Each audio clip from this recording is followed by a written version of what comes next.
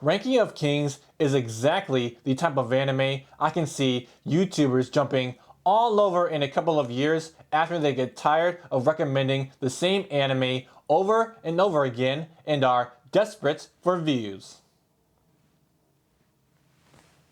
But since I'm desperate for views right now, I'm just going to jump ahead of the curve and talk about it before anybody else does.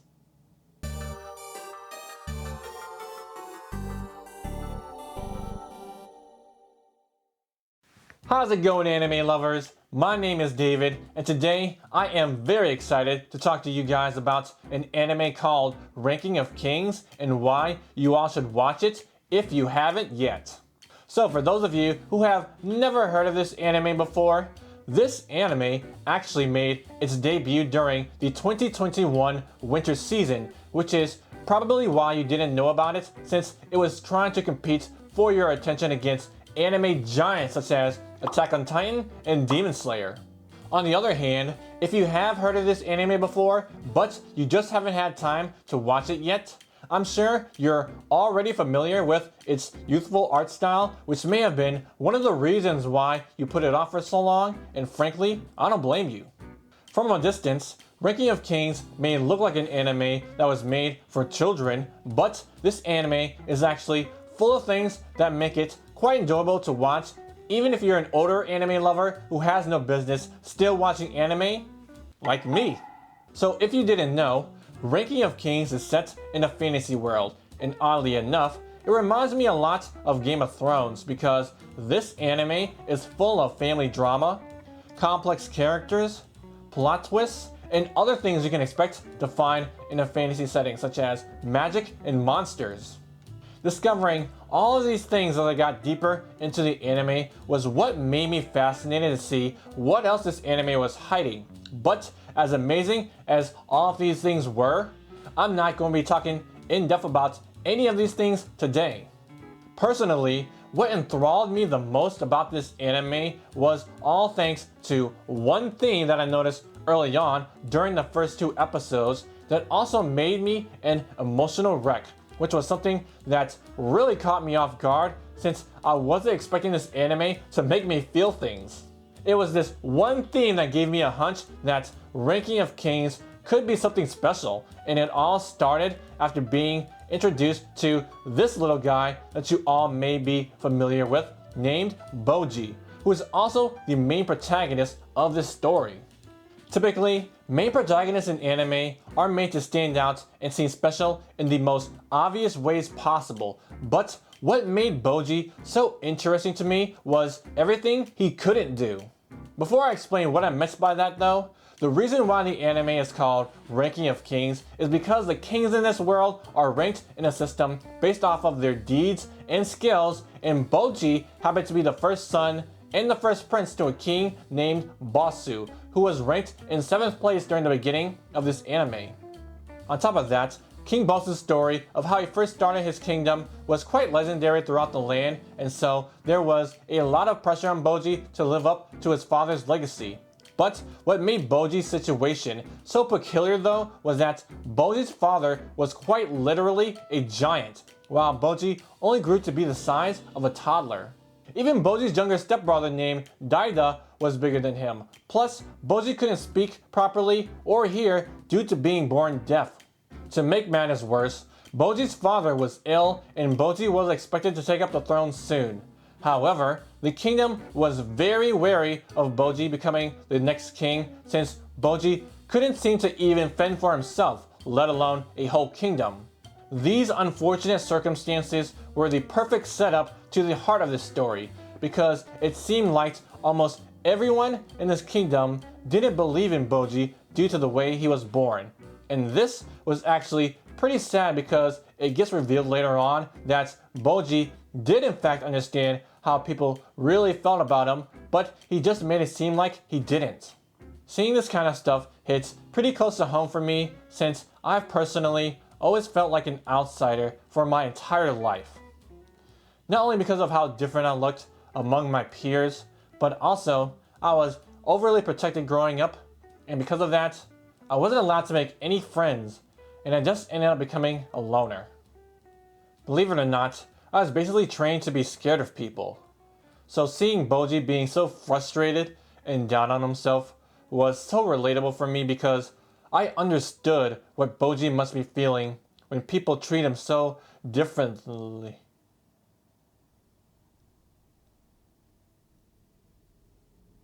Mommy?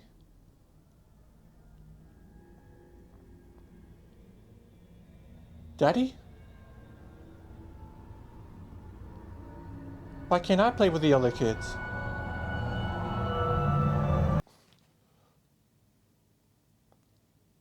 Anyways, as great as Boji is as the main protagonist of this story, Boji is only half of the reason why I think you all should be watching Ranking of Kings.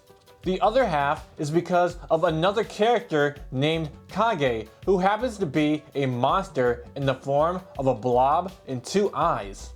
Kage was first introduced into the story as he was strolling through the forest recounting stuff that he had stolen, and coincidentally, Kage ran into Boji and decided to rob him next. Although Kage initially thought this next robbery was simply easy pickings, Kage wasn't expecting for Boji to actually be excited to meet him since Kage surprisingly understood everything Boji was trying to say even without using sign language. This was such an odd yet funny scenario because Boji was just so thrilled that he could have a normal conversation with someone that Boji agreed to keep meeting up with Kage so that they could talk to each other furthermore, even though Kage was just continually robbing Boji of his clothes and possessions. So after meeting Boji a couple more times, Kage eventually learned that Boji was a prince, and out of curiosity, Kage decided to secretly follow Boji to see where he lived. After seeing a bit of how rudely people were treating Boji because of how he was shamelessly coming back home without his clothes due to Kage robbing him, Kage ran into a bit of trouble when he arrived at the castle while trying to follow Boji, and this is when we learn a little bit about who Kage is. Kage turned out to be a former member of an infamous shadow clan who made their livelihoods as assassins, and it was revealed that his whole clan was killed after a king who once employed them decided to hunt them down after hearing about allegations of a plot to take him out. So after a brief scuffle, Kage eventually escaped the dangerous situation and found out that Boji was having a sparring match against his younger stepbrother, but instead of running away after nearly being killed, Kage decided to keep looking for Boji. Now earlier, I mentioned that many people mistakenly pass off this anime as being for kids, which is understandable because of how Boji looks, but if you knew about Kage and the details of his backstory, then I'm sure that you would be eating your words because Kage has a dark enough past that could even rival Guts from Berserk in his upbringing, in my opinion. Kage witnessing the match between Boji and his younger stepbrother was when his backstory was finally revealed, and it was such a great moment during this anime because it gave Ranking of Kings so much more depth in its storytelling by showing us sides to the story that you wouldn't expect if you only judged it by its outside appearance. I think what was so fascinating to me about Kage's backstory was how it presented a non-human creature in such a humanizing way by showing how much Kage had suffered during his childhood, which is what made his concern for Boji so heartwarming to see. For example, the story showing us a memory of when Kage was younger with a little toy in his hand was such a smart way to make him a much more relatable character, since it's difficult to relate to a monster with such a unique appearance, and showing him having a frank conversation with his mother about how the Shadow Clan made their livelihood was really all it took for me to take a liking to Kage, since it puts in perspective on how the Shadow Clan viewed their duty as assassins. This was such an interesting conversation because of how bluntly Kage's mother explained why the Shadow Clan took up being assassins, and I love that Kage's mother also seemed to be really self-aware of the consequences of taking up such a dangerous job, since her reminder for Kage to not be mad or surprised if they were to face consequences for their actions in the future was oddly sensible. This memory also worked well as foreshadowing, since their past did eventually caught up with them, as the king that once employed them as assassins suddenly sends out an order to wipe out the entire Shadow Clan. This was such a tragedy because the story showed Kage and his mother suddenly having to be on the run, and it also showed Kage having to witness how his mother and all the other members of the Shadow Clan were killed, and the way in which the story presented how cruel the world was to him as he was trying to survive on his own at such a young age was so brutal to watch. Although it's understandable why nobody would want anything to do with Kage, I still felt bad for him since he didn't do anything wrong and yet he was still being mistreated because of how he looked. You know, this kind of reminds me of one time during my past when I suddenly had to fend for myself as well. I'm not sure if I ever told you guys this, but a decade ago, I was actually in college and studying so that I could one day become a psychologist because I was very interested in how the human mind worked, and I also had a strong urge to help people. So because I was the first person in my family to ever go to college, my parents wanted me to just concentrate on getting a degree and they would be helping me pay for it, even though financially we were struggling to keep up with other expenses at the time. However, I had no clue how bad it really was until that reality suddenly hit me like a truck, and I had to stop, all because the stress of keeping up financially was too much for my parents to bear. January 2012 is a time that I will remember for the rest of my life.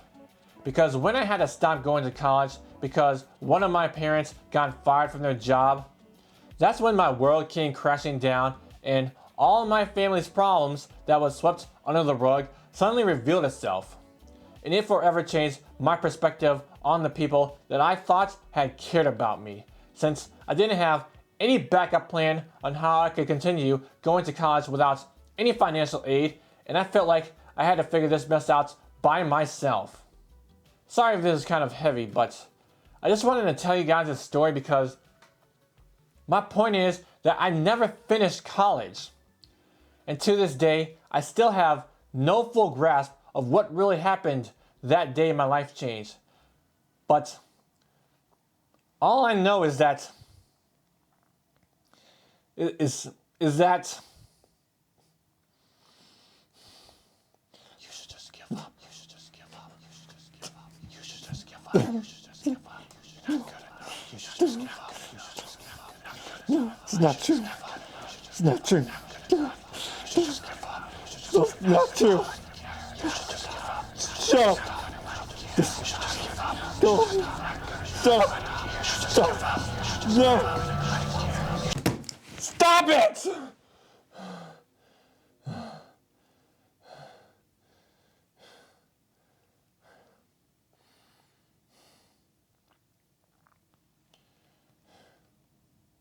Kage did eventually get some help though, but unfortunately, it came from a shady man who clearly had bad news written all over him. And out of everything that Kage went through so far, this was probably the saddest part of his backstory in my opinion. After the first time the shady man forced Kage to steal something for him, the shady man became so elated that Kage managed to pull it off that they had a brief moment of celebration together. And somehow, Kage misconstrued this moment as the shady man actually caring about him. This was so sad to see because it showed how starved Kage was for any sort of love and attention that he grew to be affectionate of the shady man over time, even though the shady man couldn't have cared less about him.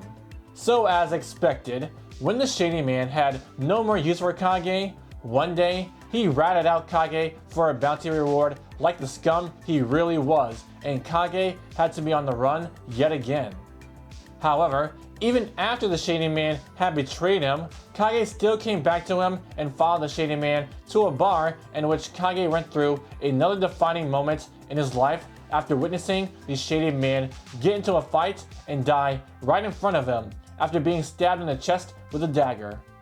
The display of emotion on Kage's face as he mourned over the Shady Man, even after everything the Shady Man did to him, just showed how much kindness Kage had in his heart, and this event also marked another moment in Kage's life where he was yet again left alone in the world to fend for himself.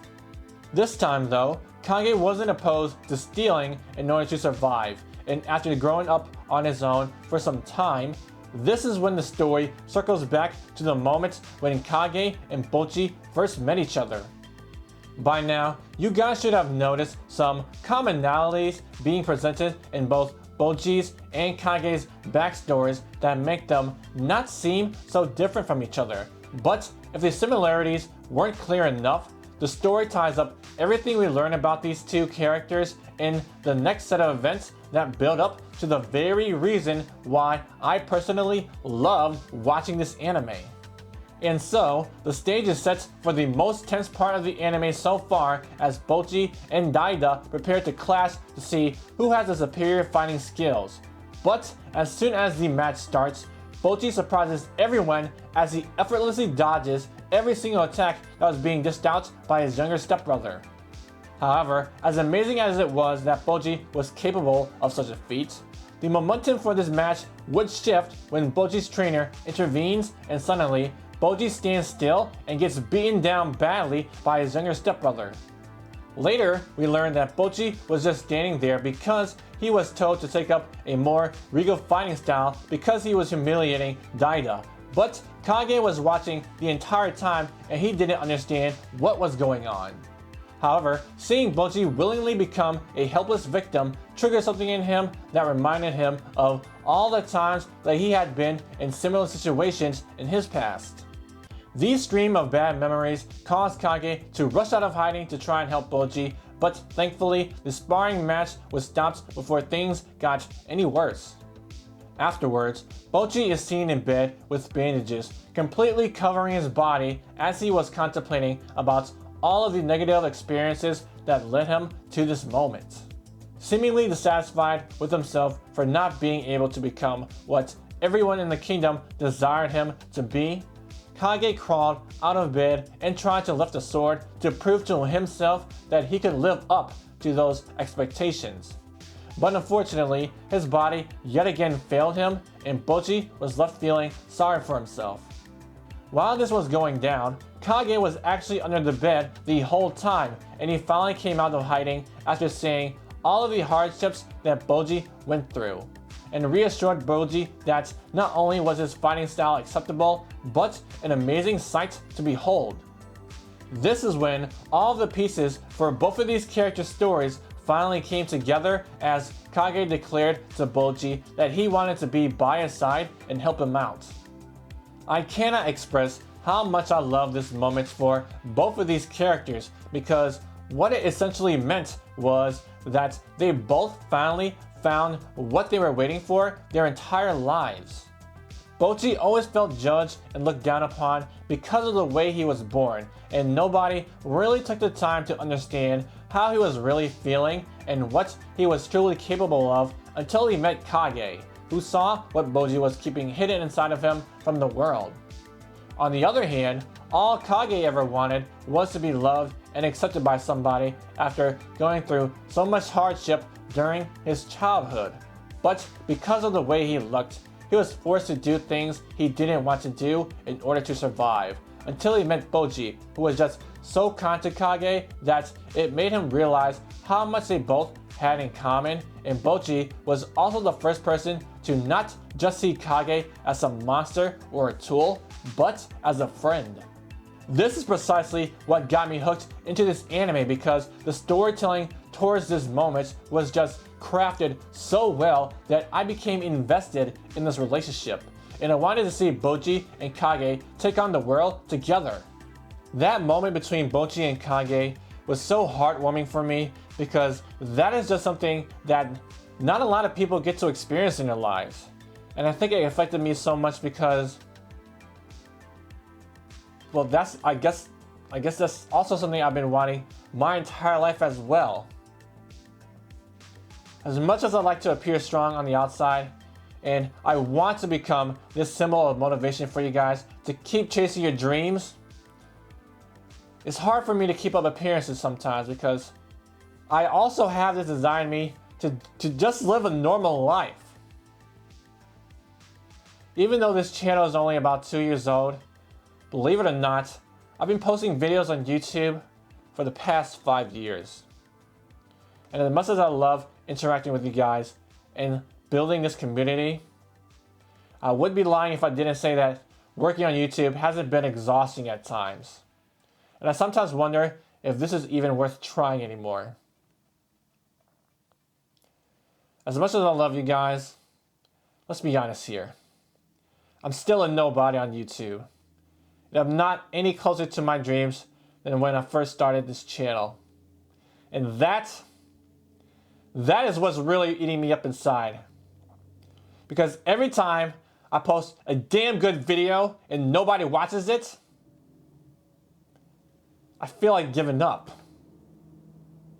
Sometimes I wonder if all the sacrifices I made in my personal life to keep chasing this silly dream is even worth it because, to be honest guys, I really don't care at all about becoming a big YouTube star or money or any other shit like that.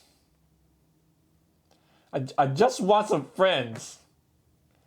I just want somebody who understands me and who will be there for me, just like Kage and Boji. And it seems like nobody really cares about me because I'm still alone to this day. No matter what I do or how hard I try, I'm always fucking alone. It's not fair, dude. It's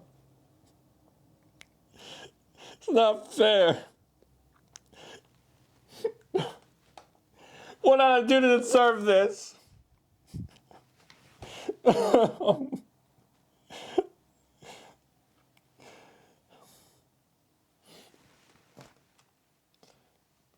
And that's why you should be watching Ranking of Kings.